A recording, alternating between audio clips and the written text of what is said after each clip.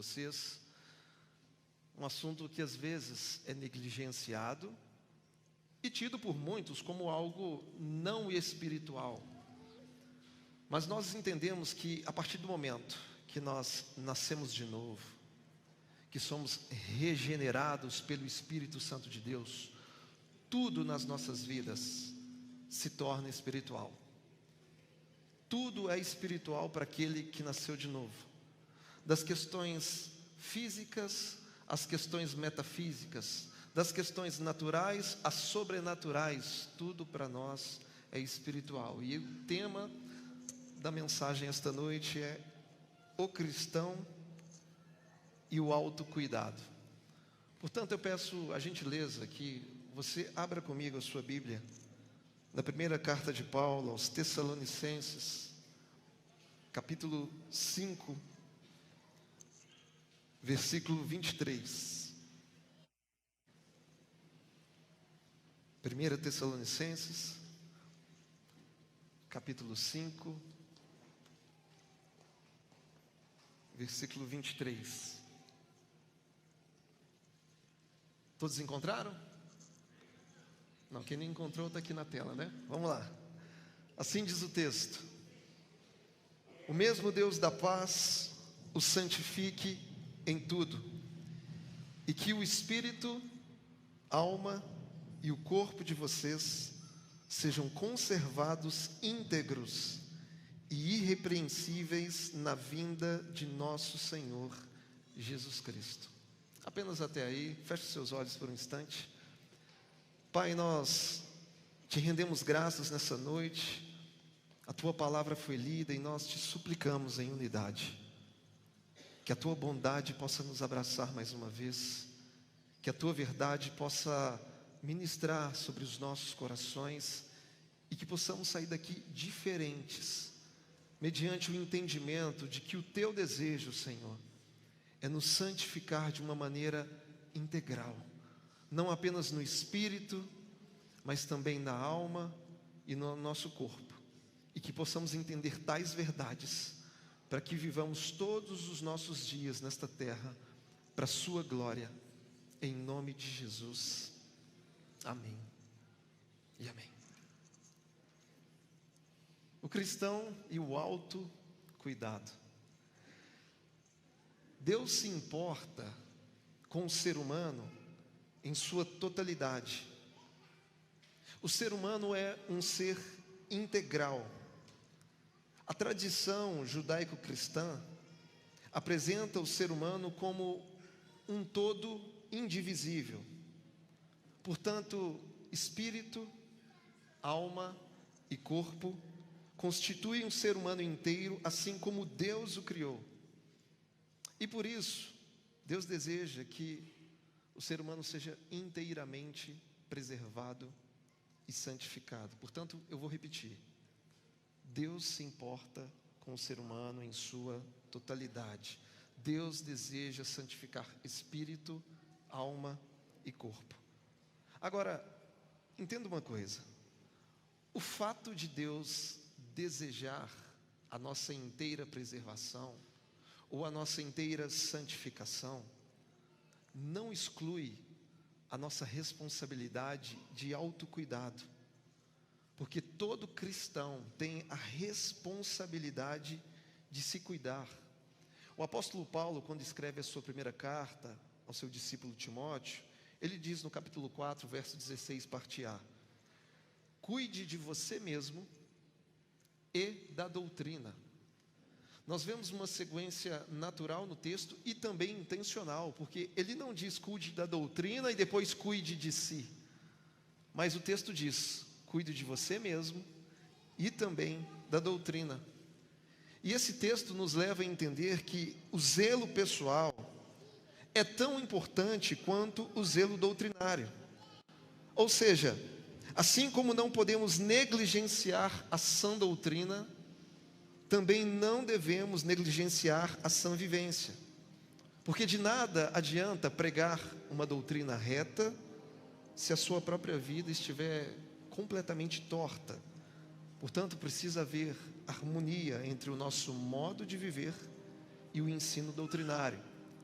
Quando nós olhamos para o texto de Atos capítulo 20, verso 28, a palavra diz: cuidem de vocês mesmos e de todo o rebanho no qual o Espírito Santo os colocou como bispos, para pastorearem a igreja de Deus, a qual Ele comprou com seu próprio sangue.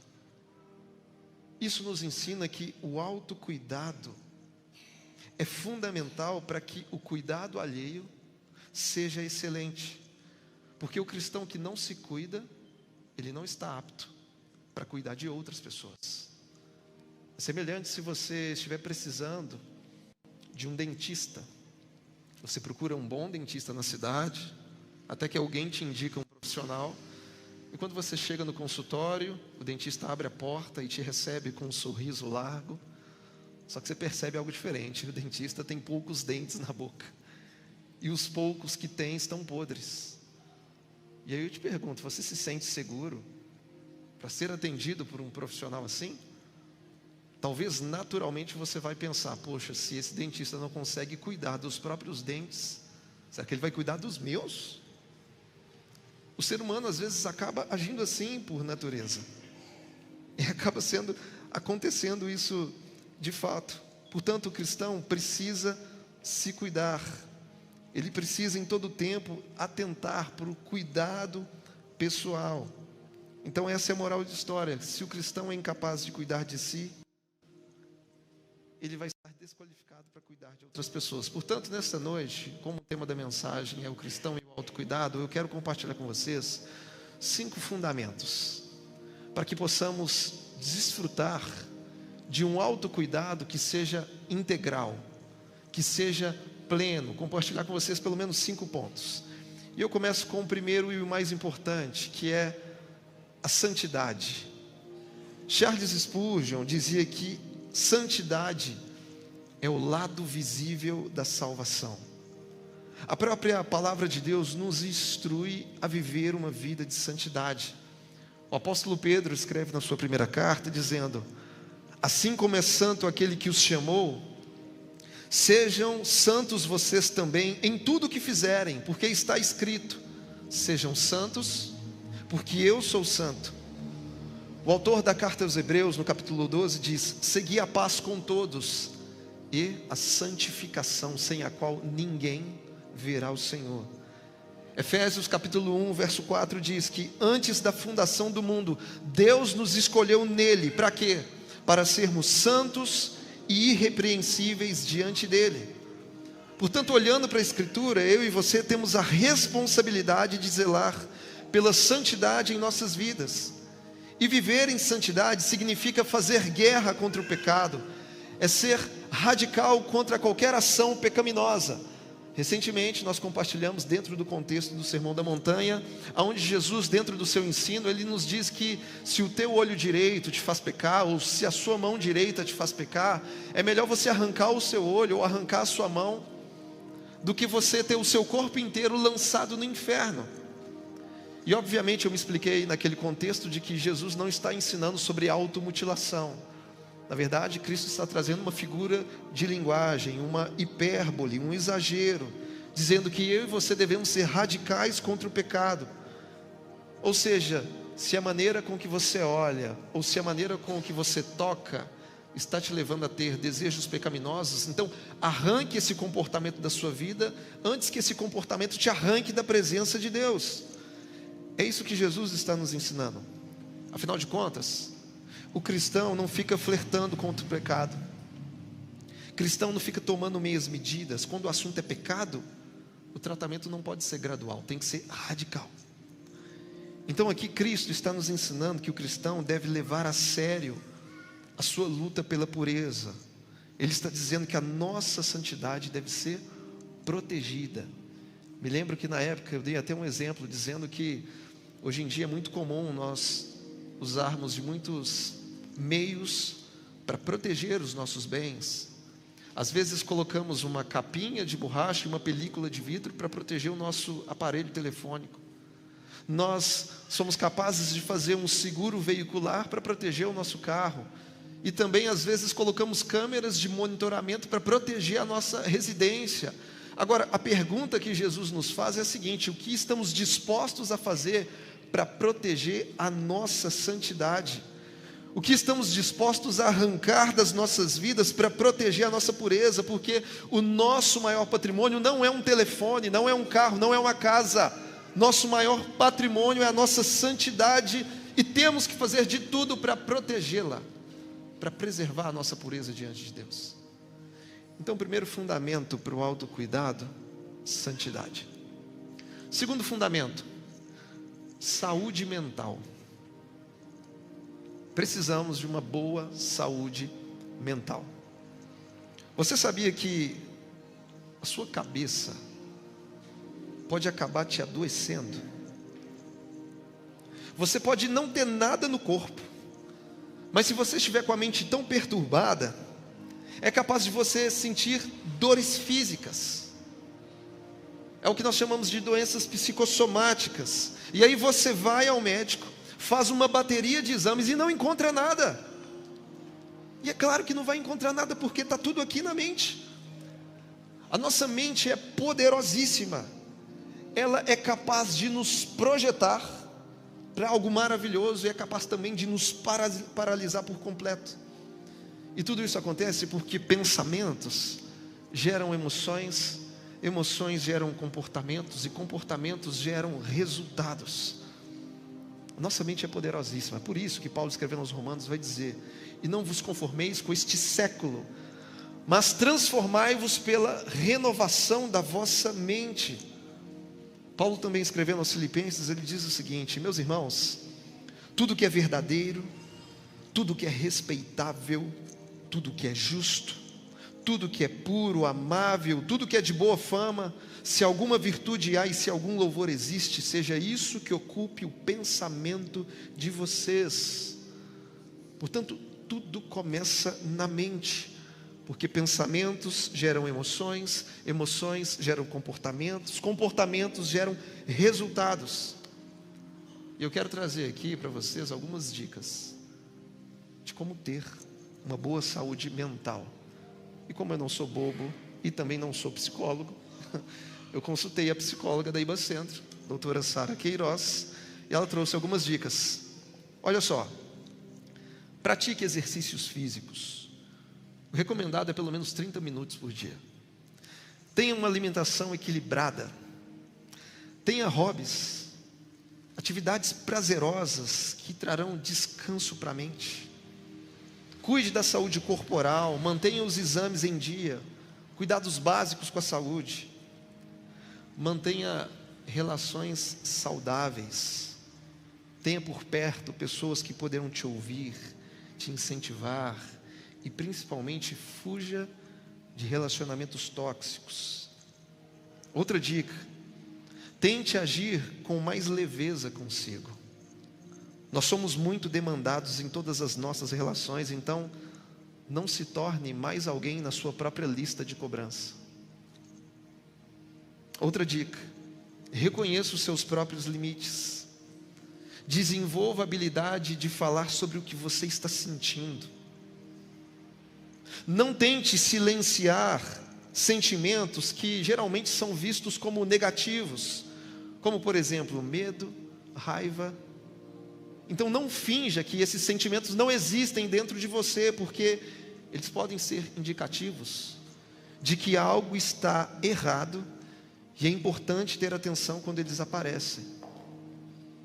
Isso é o que diz a psicóloga, e eu como pastor eu vou além, e eu digo para você: não guarde mágoa, não fique registrando decepções, não fique acumulando dores emocionais, se possível libere perdão.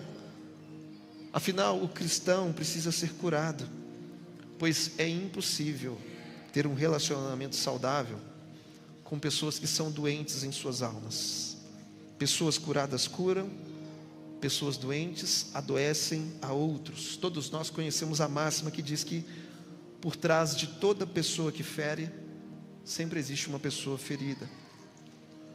Voltando para as dicas da psicóloga: reduza o consumo de telas. De modo geral, não é benéfico para o funcionamento do nosso cérebro.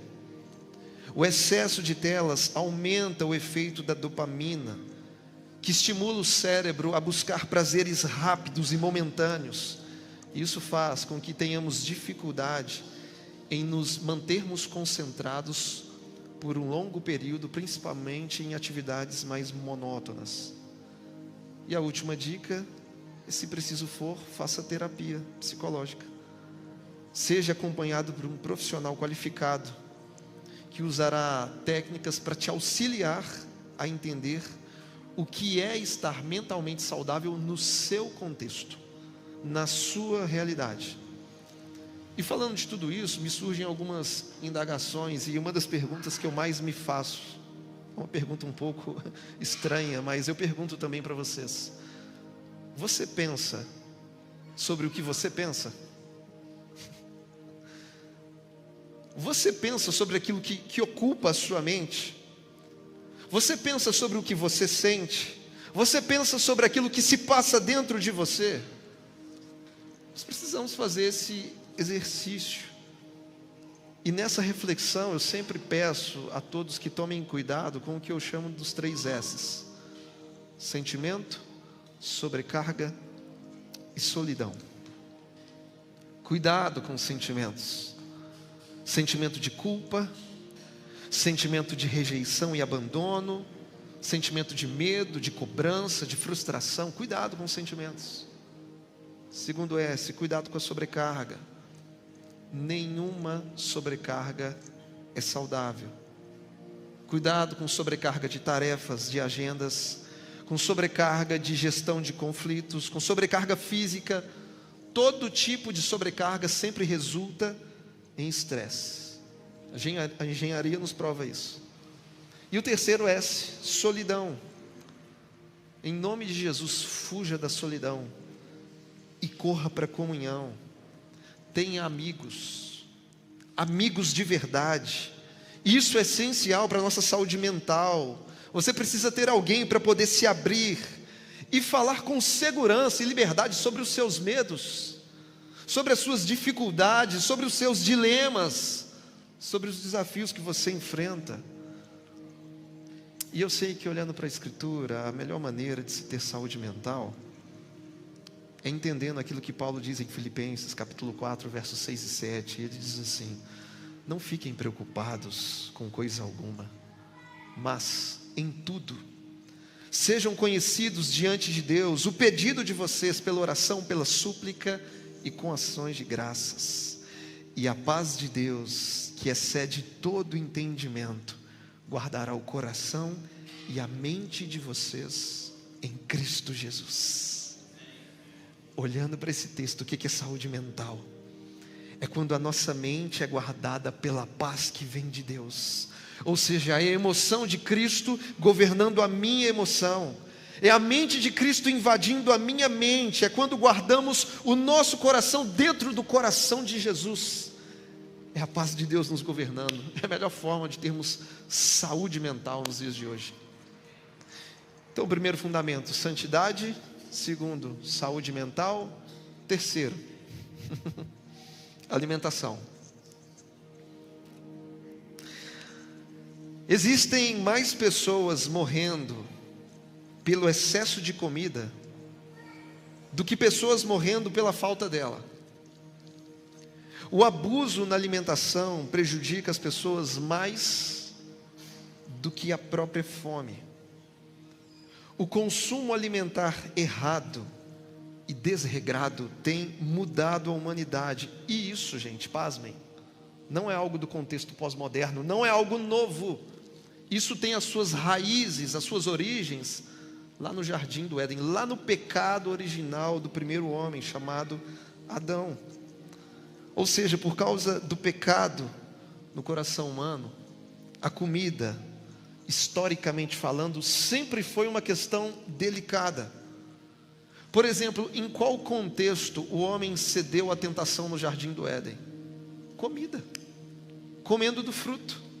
Em que contexto Satanás tentou Jesus no deserto? Comida. Pediu para transformar pedras em pães. Esaú vendeu o seu direito de primogenitura a troco de quê? Um prato de comida, gente. E quando a gente estuda ali a história do Êxodo, o povo de Deus foi liberto da escravidão. E depois que eles estavam livres, eles tiveram vontade de voltar a ser escravos. Por causa de quê? Por causa de comida. Eles tinham saudade do pepino, da cebola do Egito. Então comida, historicamente falando e biblicamente, sempre foi para nós uma questão muito delicada. Portanto, o pecado distorceu o propósito dos alimentos criados por Deus. Eu perdi a conta de quantas e quantas vezes eu ouvi a seguinte frase: crente não fuma, crente não bebe, mas come, que é uma beleza. E geralmente isso é dito de forma cômica. Só que não tem nada de engraçado nisso. Isso não é legal, porque, como eu disse recentemente, você não vive para comer. É o contrário, você come para viver. Em 1 Coríntios, Paulo traz a seguinte instrução. Ele diz: comam de tudo o que se vende no mercado. Paulo diz isso para uma igreja: comam de tudo que se vende no mercado. E aqui vale um alerta: comer de tudo é diferente de comer tudo. Porque comer tudo é liquidar a fatura, é abusar, é ir além do necessário. Agora, comer de tudo é não ser seletivo, é não ter frescura na hora de comer, é saborear toda a variedade criada por Deus. E o que muitos cristãos não entendem é que Deus deve ser glorificado até em nosso estilo alimentar. Por isso Paulo escreve à igreja de Corinto dizendo: portanto, quer comais, quer bebais, ou façais qualquer outra coisa, façam tudo para a glória de Deus. Portanto, me escute essa noite. Devemos glorificar a Deus com os nossos hábitos alimentares, porque Deus não é glorificado no abuso dos alimentos. Deus não é glorificado num estilo de alimentação compulsiva. Deus não é glorificado quando você come, não para matar a fome do corpo, mas para tentar preencher o vazio da alma. Comida em excesso não vai resolver o problema da nossa ansiedade. Por isso, repito, devemos glorificar a Deus com os nossos hábitos alimentares. E assim como eu trouxe algumas dicas no que diz respeito à saúde mental, também vou trazer algumas dicas de nutrição. E também, como eu não sou nutricionista, eu consultei a nutricionista da IBA Centro, doutora Larissa Monteiro. E ela trouxe 10 dicas de como ter uma alimentação saudável. E antes das 10 dicas, ela colocou aqui uma breve introdução que diz: sinais de que a sua alimentação não está adequada. Olha os sinais de que você está comendo errado: dor de cabeça constante, diminuição da memória, cansaço anormal, cãibras, unhas frágeis e quebradiças, manchas brancas nas unhas, queda de cabelo, obstipação, que é quando você não consegue evacuar. Após comer você fica com flatulência, os famosos gases, fica com eructação, que são os arrotos, azia, queimação, estufamento e digestão lenta. Tudo isso são sinais de que você está comendo errado. E aqui ela começa a trazer as suas 10 dicas. Primeira dica: desembale menos e descasque mais. Em outras palavras, evite alimentos ultraprocessados e dê preferência a alimentos in natura, frutas, verduras, castanhas. Segunda dica: separe metade do prato para consumir salada, hortaliças, legumes. Metade do prato, viu, gente? Também não adianta pegar aquele prato tamanho de um disco de caminhão. Vamos lá. Terceira dica, essa aqui é polêmica, mas é a nutricionista que está falando. Reduz o consumo de carne vermelha para uma vez na semana. Aí, ó, Fabi, começa, né? Vai manifestando aí. É isso aí. Tem jeito. Reduza o consumo de carne vermelha para uma vez por semana. Prefira carnes brancas nos demais dias. Ok? Carne vermelha uma vez na semana, os demais dias, frango, peixe. E se possível, fique um dia da semana sem consumir carne nenhuma, aonde você vai substituir por leguminosas, feijão, ervilha, grão de bico, ok? Meu Deus, tem misericórdia, Senhor. Também gosto de churrasco, gente. Quarta dica: inclua em todas as suas refeições frutas, verduras e legumes. Todas as refeições. Quinta dica, é óbvio ter que falar isso aqui, essa quinta dica, mas beba água. Tem gente que tem que pôr até despertador para lembrar que tem que tomar água, hein? Falar nisso, vou tomar. Beba água. O consumo ideal é 35 ml por peso. Então, se você é uma pessoa que tem 70 quilos, o seu consumo diário deve ser de 2.450 ml. Então, beba água. E não está aqui nas recomendações não, mas eu vou fazer um adendo aqui, essa orientação de beber água. Expulse da sua vida um demônio chamado refrigerante. Expulse na autoridade do nome de Jesus esse negócio, viu? Por quê, pastor? Por causa do açúcar. Não só por causa do açúcar, mas principalmente por causa da acidez. Porque quando você vai aferir a qualidade de uma água, você usa o potencial hidrogeniônico, que é conhecido como pH. E a escala do pH vai de 0 a 14. Então isso indica que quando a escala do pH está em 7, essa água é neutra. Tranquilo. Quando ela está acima de 7 e vai chegando mais perto do 14, significa que é uma água muito alcalina, ou seja, própria para o consumo humano. Agora, se o pH está abaixo de 7, cada vez menor, é uma água mais ácida, imprópria para o consumo humano. E qual que é o pH do refrigerante? Gira em torno de 2,5 a 3, é muito ácido. Então, tendo em vista que o pH do sangue no corpo humano gira em torno de 7,35 e 7,45, significa que a cada copo de refrigerante, você tem que tomar 33 copos de água, e da boa, da bem alcalina, para regular novamente o pH no seu sangue. Então, em nome de Jesus, arranca isso da sua vida para a glória de Deus. Voltando aqui às dicas, sexta dica: reduz o consumo de açúcar, sal e gordura quando for preparar suas refeições. Sétima dica: coma devagar, para o cérebro assimilar que está recebendo alimentos. Leve pelo menos 20 minutos durante as refeições e se alimente com atenção total, sem distração de televisão, de telas, de celular. Atenção total na hora da refeição. Oitava dica: respeite seu limite de saciedade. Nona dica: planeje seu tempo para preparar sua alimentação. Então, organize com antecedência o que você vai consumir durante a semana. E décima dica: seja crítico. Existem muitos mitos e uma publicidade enganosa em torno da alimentação. Eu disse de manhã que nós, como igreja, estamos na era dos alimentos chamados hiperpalatáveis. E aí você escuta esse nome e deve pensar assim: poxa, deve ser algo muito legal, né? Muito gostoso.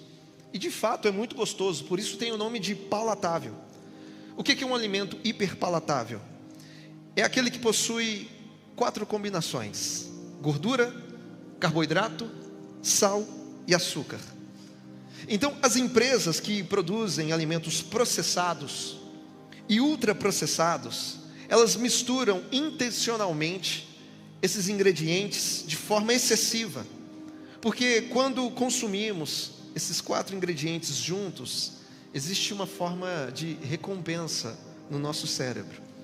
O nome é hiperpalatável porque dá muito prazer, porque isso libera dopamina na mente, que é o neurotransmissor do prazer no corpo humano. Então isso faz com que a gente comece a comer sem freio. É quando você pega um fast food e não se contenta em comer apenas um, você quer 2, 3, 4, 5 pedaços. E isso é perigosíssimo para as nossas vidas e ao mesmo tempo é super legal para o mercado de consumo. Uma pesquisa feita nos Estados Unidos constatou que 62% dos produtos vendidos nos supermercados já são produtos hiperpalatáveis. E as indústrias já sabem disso. Eles querem vender cada vez mais e te deixar dependente, te deixar viciado com tudo isso. E é por causa desses alimentos hiperpalatáveis que muitos adultos sofrem de um transtorno chamado TARI. TARI é transtorno alimentar restritivo evitativo.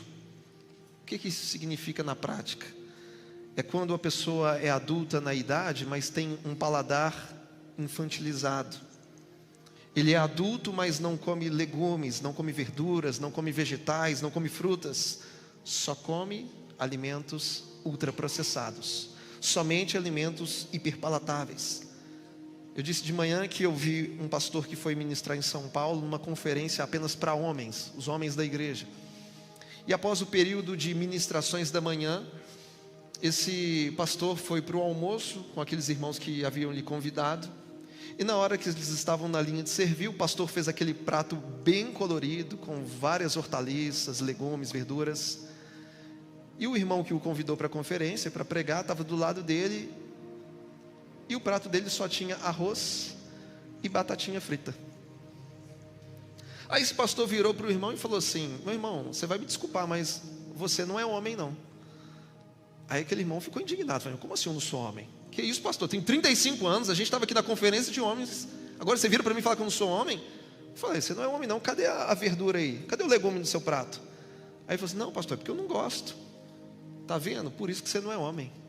O homem não só faz aquilo que gosta, o homem faz aquilo que é preciso. Quem só faz o que gosta é menino. Menino se comporta dessa forma. E da mesma forma é o cristão que já aprendeu a morrer para si mesmo. Ele não só faz o que gosta e só come o que quer, ele faz o que é preciso ser feito, para a glória de Deus Pai. Meus irmãos, a Bíblia nos ensina que a lei da semeadura, ela é real. Paulo diz: não se enganem, de Deus não se zomba. O que o homem plantar, isso ele vai colher. Então, cada garrafa de refrigerante que você toma é uma semente. Todo exagero em alimentos processados é uma semente. Toda recusa em consumir alimentos saudáveis é uma semente. E uma hora ou outra, a fatura vai chegar. Porque tudo que plantarmos ao longo da vida, certamente colheremos, porque de Deus não se zomba. Eu já ouvi histórias de crentes que morreram muito cedo.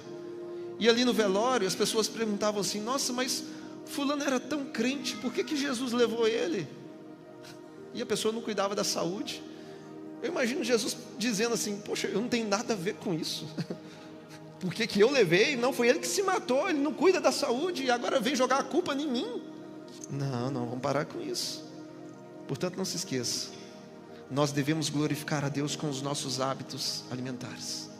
Recapitulando: santidade, saúde mental, alimentação. Quarto, atividade física. Paulo diz o seguinte, 1 Coríntios capítulo 6, versos 19 e 20. Será que vocês não sabem que o corpo de vocês é santuário do Espírito Santo, que está em vocês e que vocês receberam de Deus, e que vocês agora não pertencem a si, porque vocês foram comprados por preço? Agora, pois, glorifiquem a Deus no corpo de vocês. Aqui nesse texto Paulo está falando de duas coisas: redenção e mordomia.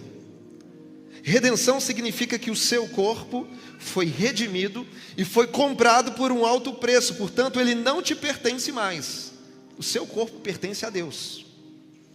E mordomia significa que você recebeu a responsabilidade de cuidar e administrar aquilo que não te pertence. Deus comprou o seu corpo com o sangue que foi derramado no Calvário. Então o seu corpo não te pertence. Você tem que administrar e cuidar daquilo que pertence ao Senhor.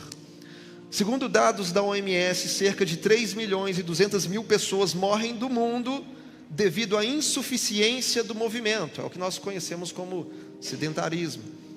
De acordo com o IBGE, 47% dos brasileiros são sedentários. E a OMS fala que se você não der pelo menos 5.000 passos por dia, você é uma pessoa sedentária. Silêncio mortal. A pessoa acorda: não, fui da sala para a cozinha, da cozinha para o banheiro, não, deu 20 passos. Não, meu irmão, vou fazer uma caminhada aí. Nossa geração está vivendo um apogeu do sedentarismo. Muitos não querem se exercitar, muitos estão acorrentados numa preguiça infernal, são reféns da lei do mínimo esforço possível. E muitos cristãos, na prática, vivem como se fossem gnósticos. O que é o gnosticismo? Gnosticismo, no primeiro século, era a crença de que somente o espírito era bom e a matéria era essencialmente má. Então o gnosticismo desprezava o corpo, porque o corpo é matéria. E tem crente vivendo do mesmo jeito, dizendo: pastor, só me preocupo com o espiritual, e o corpo, estou nem aí com o meu corpo. E a pessoa se esquece de que Deus quer nos santificar em tudo: espírito, alma e corpo. Paulo, escrevendo a Timóteo, ele diz: pois o exercício físico tem algum valor, mas a piedade tem valor para tudo. E nesse texto, Paulo não está desmerecendo a atividade física. Ele está apenas dizendo que a piedade possui um valor maior. Sendo assim, o ensino bíblico afirma que o exercício físico tem o seu valor. Ou seja, a prática de uma atividade física tem o seu proveito nesta vida, nesta terra. Portanto, assim como praticamos a piedade, também devemos praticar o exercício físico. Então, grave isso no seu coração. A santidade do corpo combina com a saúde dele. Santidade combina com saúde. Então, como eu disse de manhã, meu irmão, o que você está esperando para se matricular numa academia logo? O que você está esperando para dar aquela corridinha ou aquela caminhada lá no Parque do Sabiá? Você pode ir lá, não paga nada não. O que você está esperando para começar a praticar um esporte ou uma atividade física da sua preferência? E eu falei de manhã: bora lá, meu irmão, ficar que nem o padre Marcelo Rossi. Simbora, puxar um supino de 30 quilos de cada lado, vamos lá. E se a cruz pesada for, a gente diminui a repetição. Bora lá, comer mais frango para deixar de ser frango. O famoso Robert Murray McCheyne foi um grande avivalista que morou na Escócia. E ele é considerado, na história, um dos homens mais parecidos com Cristo que já viveu na Escócia. Um homem santo, cheio do Espírito Santo. O único problema: ele não cuidava da sua saúde. E eu não esqueço desse fato, porque ele morreu no dia do meu aniversário. Ele morreu em um sábado, dia 25 de março de 1843, com apenas 29 anos. E no seu leito de morte ele dizia: Deus me deu uma mensagem e um cavalo, mas eu matei o cavalo. O que eu vou fazer agora com a mensagem? A mensagem não vai chegar. Portanto, grave isso no seu coração: santidade combina com saúde. Quinto e último fundamento para o autocuidado cristão: descanso. Marcos capítulo 6, versos 30 a 31 diz: os apóstolos voltaram de sua missão e contaram a Jesus tudo o que tinham feito e ensinado. E Jesus lhes disse: vamos sozinhos até um lugar tranquilo para descansar um pouco. Esse texto nos ensina que Jesus deseja que o cristão tenha momentos de descanso, porque descanso é uma ideia de Deus. Jesus está orientando os discípulos a reduzirem o ritmo ministerial. Para quê? Para descansar. Então a Bíblia nos ensina que deve existir um equilíbrio, porque se existe tempo de produção, se existe tempo de trabalho, também deve haver tempo de descanso e tempo de refrigério. E para falar de descanso, eu faço 3 apontamentos. O primeiro deles: zele pela qualidade do seu sono. Hoje em dia nós andamos tão atarefados, e chega a se tornar comum as pessoas pensarem que dormir é perda de tempo. E eu falo para você essa noite: dormir não é perda de tempo. O sono de qualidade é essencial para a manutenção da nossa saúde. Por exemplo, se você está tentando perder peso, você precisa de uma boa noite de sono, porque uma coisa está ligada à outra. O salmista diz o seguinte no Salmo 127: aos seus amados ele dá enquanto dormem. quando dormimos, Deus nos dá muitos benefícios, sejam naturais ou sobrenaturais. Por exemplo, Deus criou um relógio biológico, ao qual nós chamamos de ciclo circadiano. Ou seja, 2/3 do nosso dia é vigília, é acordado, e 1/3 do nosso dia é sono. Então devem ser aproximadamente 16 horas acordado e 8 horas dormindo. Lembrando que durante o dia, muitos médicos recomendam uma breve sesta, aquele soninho após o almoço. E o que acontece no nosso período de sono? O período do sono é aquele momento em que o organismo ele vai fazer todas as suas manutenções. Durante o sono há o pico da liberação do hormônio do crescimento, que faz você crescer até os 20 anos. E após os 20 anos, esse mesmo hormônio determina a regeneração dos tecidos do seu corpo. Durante o sono, a neuroplasticidade ela é recomposta. Em outras palavras, dormir é uma forma de multiplicar neurônios. E além do mais, o sono ajuda na liberação de melatonina, que faz com que os ciclos do sono sejam reestabelecidos. Então é nesse período que nós sonhamos, onde o cérebro faz um escaneamento, uma análise de todas as informações que precisam ser armazenadas ou descartadas. Então a melatonina ajuda na higiene e na fixação da nossa memória. É interessante que em 1 Reis, capítulo 19, o profeta Elias, ele estava fugindo de Jezabel. E a Bíblia diz que ele estava com tanto medo, que ele teve vontade de morrer, de tanto medo que ele tinha de Jezabel. E aí ele corre, se esconde, e a Bíblia diz que aparece um anjo para ele. E quando o anjo aparece, o que você acha que o anjo falou? Não, Elias, toma jeito, você está precisando vigiar, você está precisando orar mais, fazer um jejum, ler mais a Bíblia. Não, não foi isso que o anjo disse para Elias. A Bíblia diz que assim que o anjo apareceu, Elias comeu pão, bebeu água e dormiu. Ele não fez um jejum, não orou, não cantou um hino de glória e fogo. Ele comeu, bebeu e descansou. Ele dormiu. E a Bíblia diz que após fazer isso, Elias foi fortalecido para caminhar 40 dias e 40 noites até Horebe, um monte de Deus. Meu irmão, a qualidade do sono precisa ser uma prioridade na sua vida. Para de levar celular na hora que vai dormir na cama. Corta isso. Deitou na cama? Durma. Segundo tópico a respeito do descanso. Na sua semana, tire um dia para ficar mais tranquilo. Um day off. Separe um dia da sua semana para você descansar. E nesse tempo de descanso, tire momentos de oração, tenha momentos de silêncio, de contemplação, de leitura bíblica. Deita no sofá, deita no tapete da sala, deite numa rede, se expõe à luz do sol, respire ar puro, tenha contato com a natureza, converse e brinque com seus familiares, deixe as telas de lado e faça algo que você gosta. Tenha esse day off, isso é importante para você, para o seu descanso. E o terceiro tópico, sempre que necessário, tenha também um descanso prolongado. E aqui eu estou falando das boas férias, as boas férias.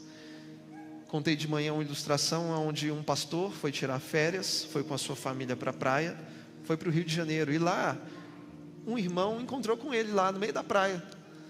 E o irmão disse assim: poxa pastor, que bom que eu te encontrei aqui, porque hoje aqui perto da nossa igreja vai ter um evento, e eu queria que o senhor ministrasse para nós um treinamento, uma palavra, que fosse lá orar pela gente. E o pastor que estava de férias falou assim: meu irmão, você vai me perdoar, mas eu não vou não. Meu irmão, mas como assim pastor, você vai rejeitar o meu convite? Poxa, a gente é amigo, irmão na fé. Não, meu irmão, me desculpe, mas eu estou de férias, eu não vou.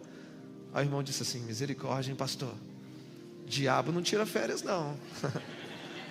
Diabo não tira férias não, você está aí tirando férias, né? E aquele pastor disse: por isso que ele é o diabo, porque ele não tira férias. E se eu não tirar férias, se eu não descansar, eu vou ficar endiabrado, eu vou infernizar a vida de todo mundo. Tem gente que é tão chata que está precisando tirar férias, está endiabrando a vida de todo mundo. E aquele pastor disse: eu tiro férias porque o meu padrão não é o diabo, o meu padrão é Deus, e Deus descansou no 7º dia. Ele me ensinou isso, é um princípio que vem do meu Criador. Recentemente eu estava lendo um livro e eu vi um fato que aconteceu na Inglaterra, muito interessante, e eu resolvi compartilhar com vocês. Abre aspas. Certa vez, um pregador muito conhecido no Reino Unido foi pedir conselhos ao Dr. Martyn Lloyd-Jones. Ele sentiu-se tão seco espiritualmente que estava pensando seriamente em abandonar o ministério pastoral. Sua vida de oração estava no nível mais baixo possível. Ele sequer sentia amor pelas almas e se via como um completo hipócrita por ainda estar no ministério.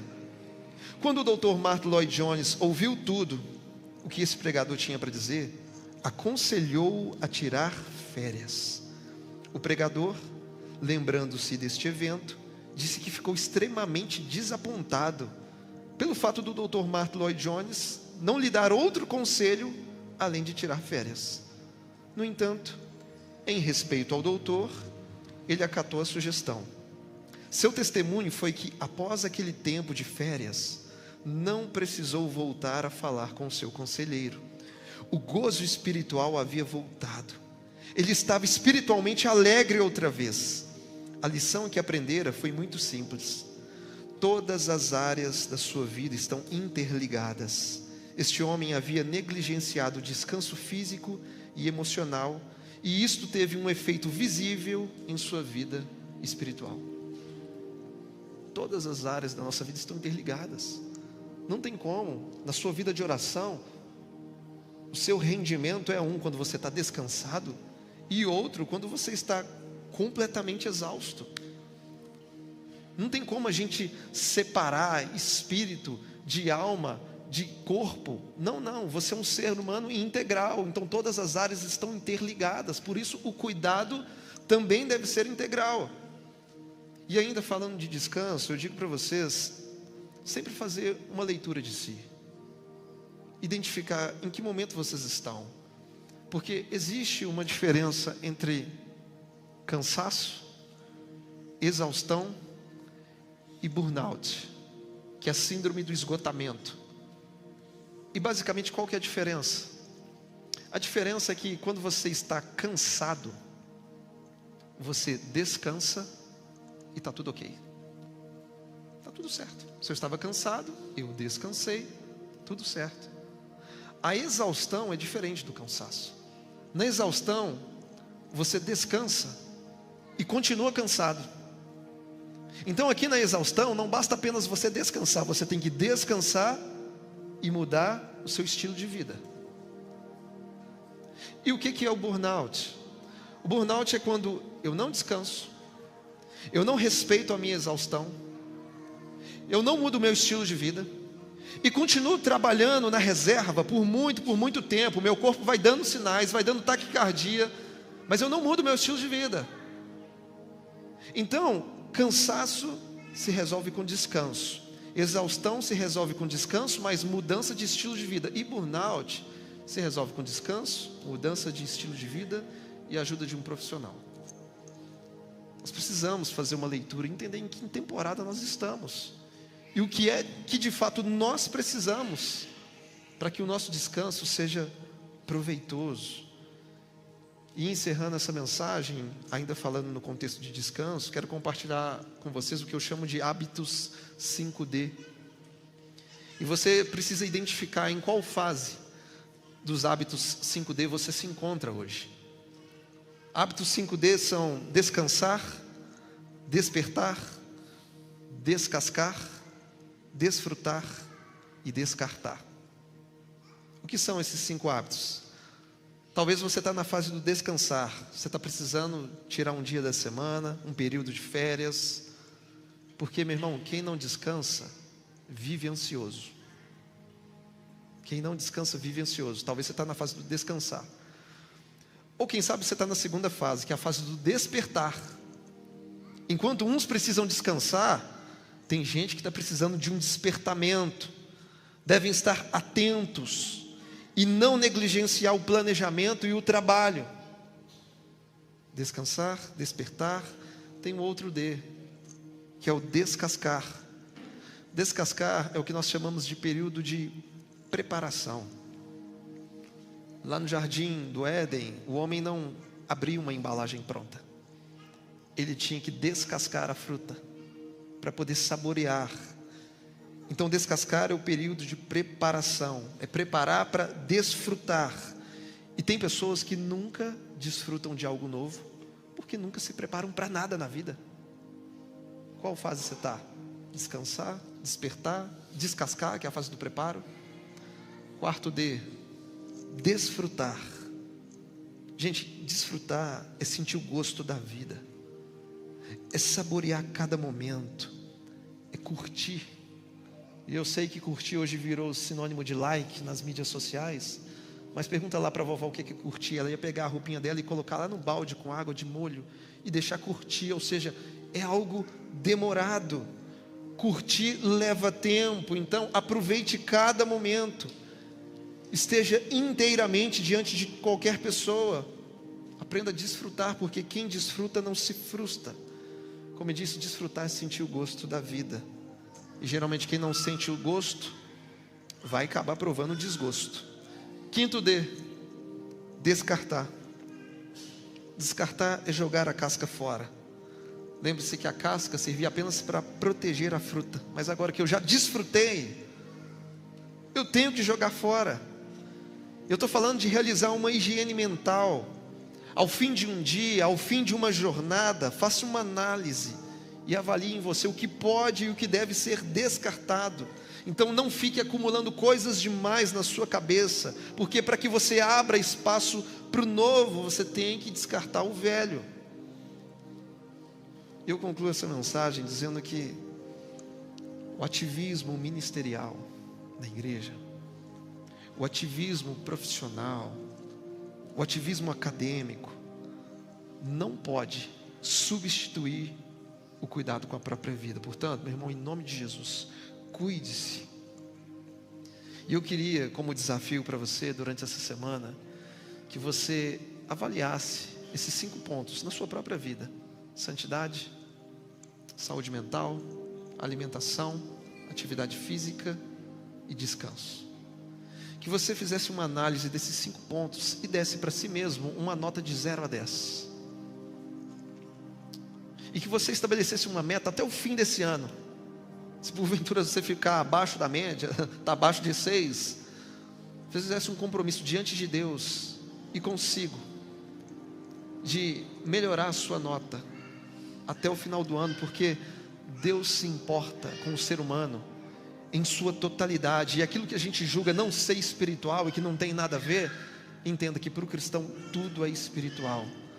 Portanto, a orientação bíblica que eu trago para toda a igreja nesta noite é a mesma que Paulo trouxe: cuide de você mesmo e da doutrina. É o conselho do apóstolo que diz: o mesmo Deus da paz o santifique em tudo, e que o espírito, a alma e o corpo de vocês sejam conservados íntegros e irrepreensíveis na vinda de nosso Senhor Jesus Cristo. Amém. Se você puder ficar de pé no seu lugar nesse momento. Nós estamos no culto da família. Eu queria que você abraçasse os seus familiares nesse momento. Nós vamos ter um tempo de oração mediante essa palavra que nós compartilhamos, para que o Senhor nos dê um entendimento daquilo que deve ser aplicado, praticado todos os dias na nossa casa para a glória dele. Pai, nós erguemos a Ti as nossas vozes nessa noite, reconhecendo que Tu és soberano e que o Senhor não perde o controle de nada, Pai. E como igreja nós Te suplicamos que a Tua boa e forte mão continue nos sustentando em todo o tempo. Que o Senhor libere sobre cada família nesta noite representada a sabedoria que vem do alto, para que possamos, dentro das nossas agendas e rotinas, aplicar o ensino da Sua santa palavra, Pai. Nós Te pedimos, ó Deus, que o Senhor, por meio do Teu Espírito, nos ajude a preservar o nosso maior patrimônio, que é a nossa pureza, que é a nossa santidade, ó Deus. Guarda os nossos olhos, guarda os nossos pensamentos, guarda as nossas mãos, guarda o nosso coração em Ti, Jesus. Que a santidade seja o lado visível da salvação que um dia encontramos em Ti, Senhor. Nós Te pedimos, Pai, nessa noite, para a Tua glória, que a Tua paz, que excede todo o entendimento, possa guardar cada coração e cada pensamento, ó Pai.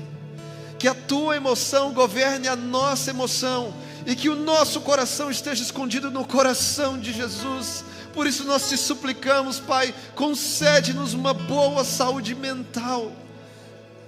Ajuda, Senhor, em nossas quedas, em nossos deslizes da alma, que não venhamos perder a sanidade. Arranca de nós toda ansiedade, todo descontrole. Guarda os nossos pensamentos, Senhor, em nome de Jesus. E que a Tua paz possa nos invadir cada casa nessa noite.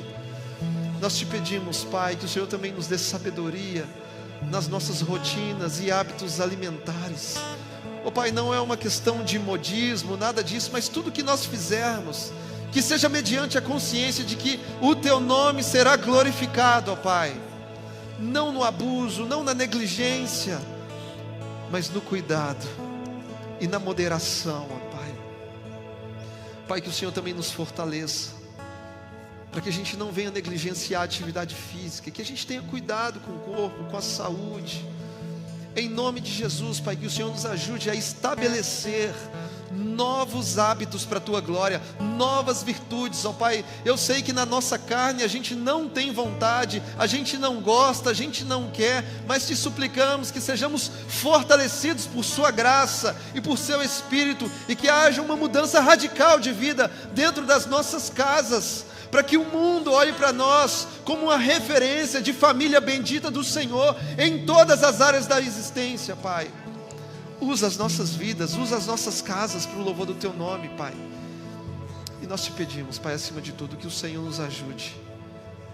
Que o Senhor, ó Pai, não permita que a gente venha negligenciar o descanso que é necessário, ó Pai.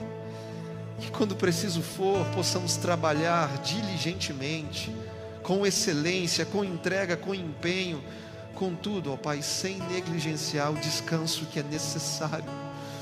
Que possamos trabalhar sim, mas que não venhamos nos matar de tanto trabalhar, Pai, porque essa não é a Tua vontade para nós, Senhor. E em meio ao nosso trabalho, nos ensina, Senhor, no período do descanso, a verdade de que quem nos sustenta é o Senhor, Pai.